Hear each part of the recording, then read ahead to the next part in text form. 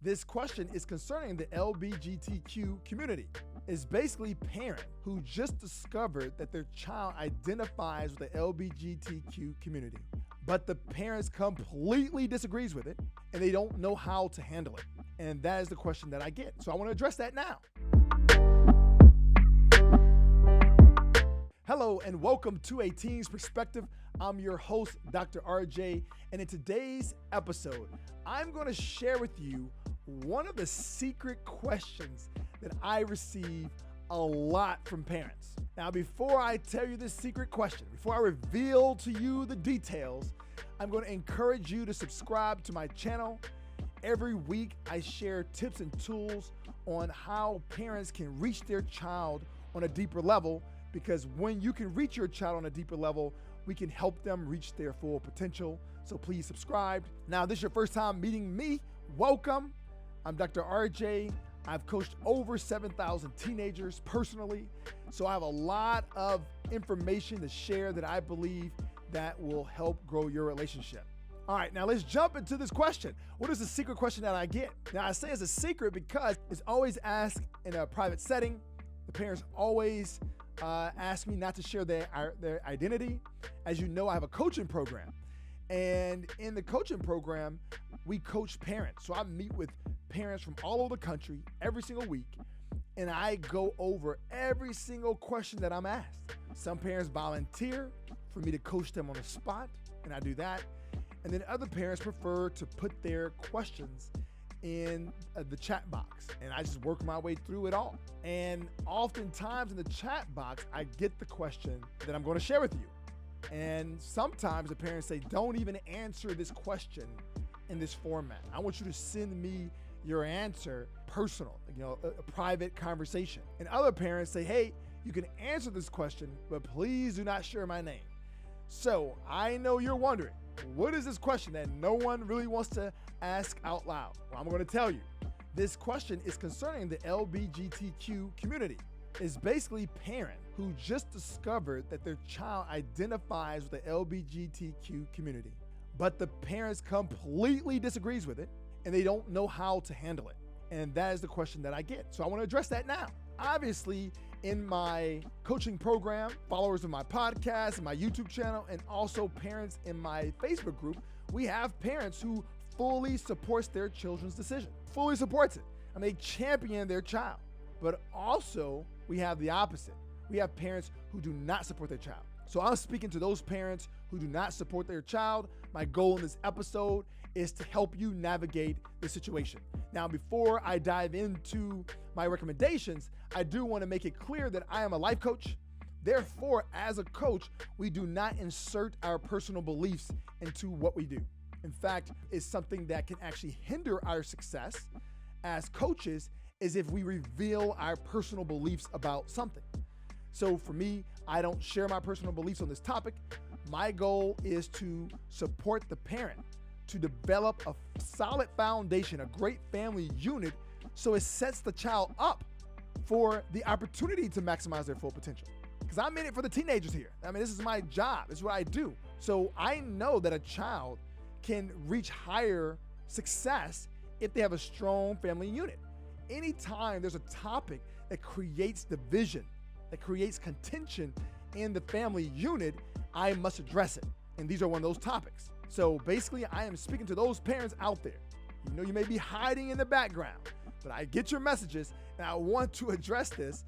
And that is for the parents who children have identified with the LGBTQ community, and you as the parent completely disagrees with it and you want to know what to do.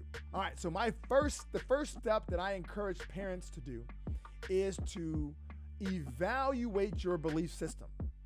The reason why this is so important is because we adopt beliefs along the way in our lives.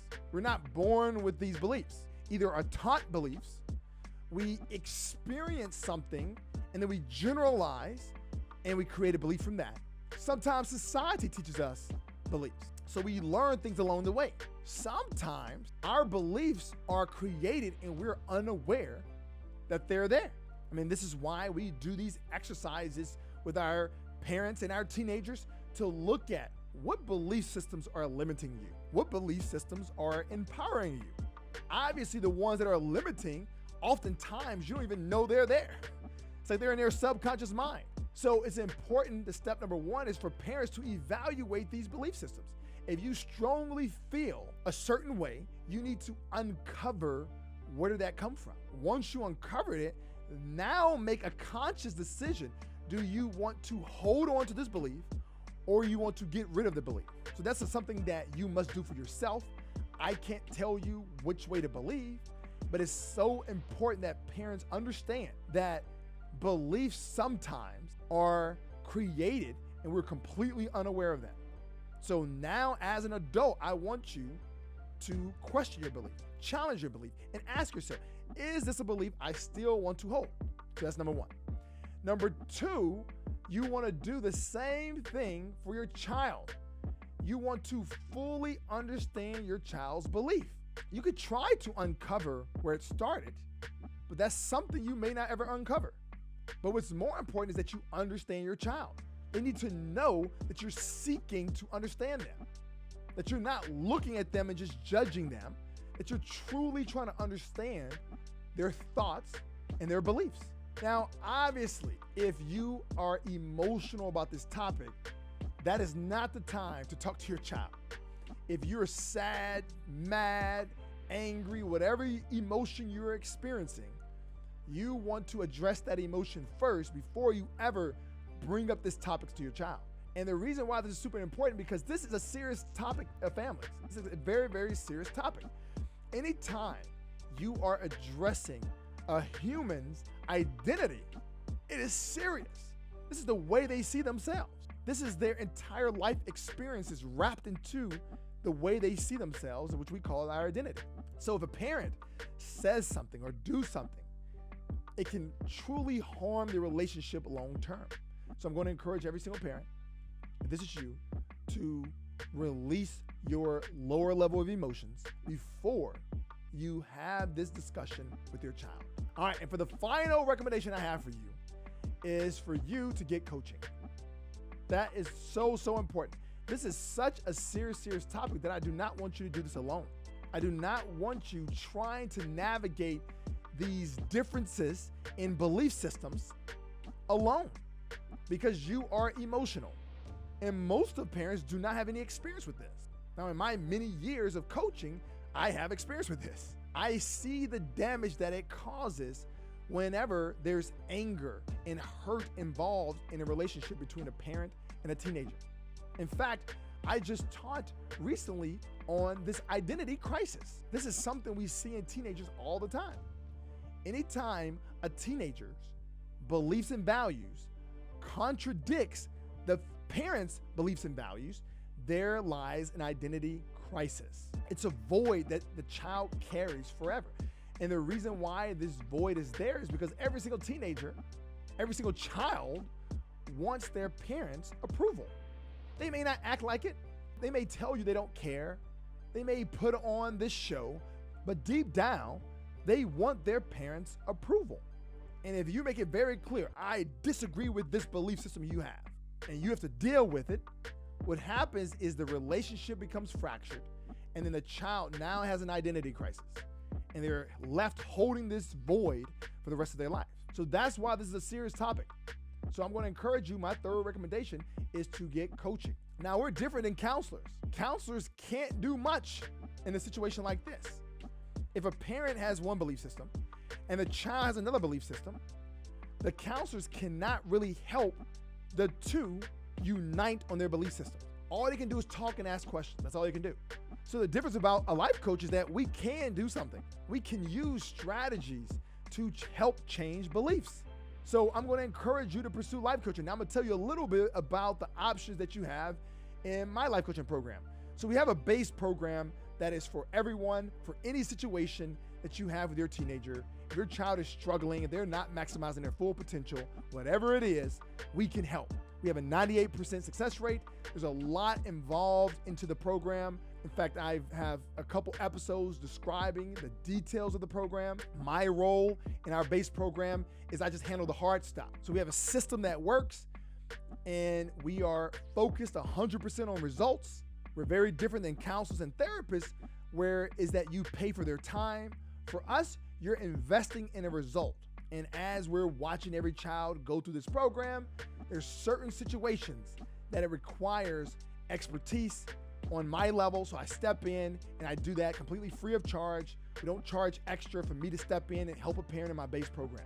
It's almost like orthodontics. As you know, my background is in orthodontics. And I know as an orthodontist, we love easy cases. If someone comes in, they have a perfect bite, and they have one small tooth that's a little turned, we love those cases because they're easy. But that's not where most orthodontists make their living. Most orthodontists make their living doing the hard stuff. The jaw's completely out of line, the teeth are everywhere. What's the same in coaching? So they pull me in whenever there's something super, super hard, and I address that. Now, I also have my own personal one-on-one coaching program, where it's all of me. I coach the whole family, essentially, the parents and the teenagers. And these are one of the topics that may come up in those situations where the family is torn. It's ripped apart. The parents are not talking to the child is not talking to the parent, and their entire family unit is destroyed. So me as a life coach, I understand that in order for this teenager to maximize their full potential, they need a strong family unit. They need a foundation so that I coach them. And my job is to help the parents define their belief system, and also to understand the child's belief system. And then we decide which belief system are we going to align with, because it's not going to work for parents to hide how they feel. I'll say it again. It will not work if the parents hide how they feel. We see it very often that a parent can disagree with something, but they don't want to offend their child, so they go along with it as if they agree with it. But with more time that happens, it becomes very clear to the child that my parent disagrees with me. And it's worse because now the child feels like their parent deceived them. So I'm going to encourage the parents, whenever I'm coaching with them, we need to be clear about our beliefs. I'm going to be clear about the child's beliefs, and we're going to make a decision. Which way are we going? We're not going to do the in-between thing. We're not going to say, hey, let's agree to disagree, because that is not a solid family unit. So parents, if this is you, it's important that you spend time uncovering your beliefs and asking yourself, do you still believe these things? Do you want to continue to hold on to this belief system? And then, number 2, try to understand your child. And number 3, I'm going to encourage you to seek coaching. You do not want to do this by yourself. And if that is you out there, definitely schedule a consultation with us, drjjackson.com/coaching.